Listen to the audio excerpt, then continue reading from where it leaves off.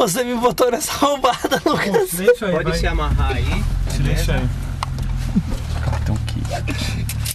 Comandante Kiko. Hoje eu tive um sonho muito ruim, velho. Ai, meu caralho, eu podia estar lá em casa. Podia estar na casa da Erika.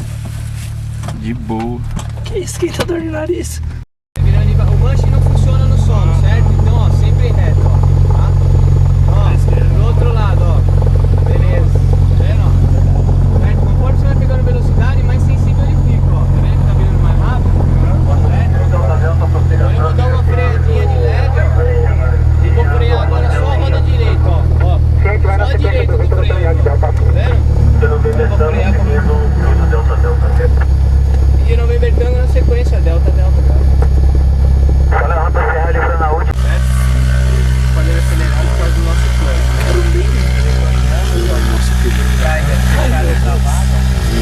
Primer a gente usa para partida fria. Quando tá muito frio e ele não foi acionado ainda. O primer injeta combustível direto na cabeça do cilindro. Certo?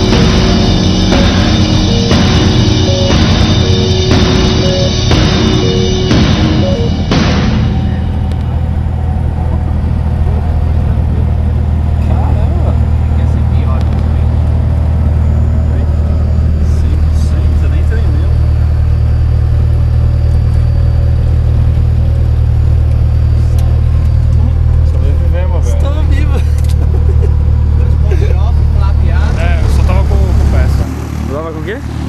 Pedal. Ah, ele que fez. Pouso a decolagem ele fez.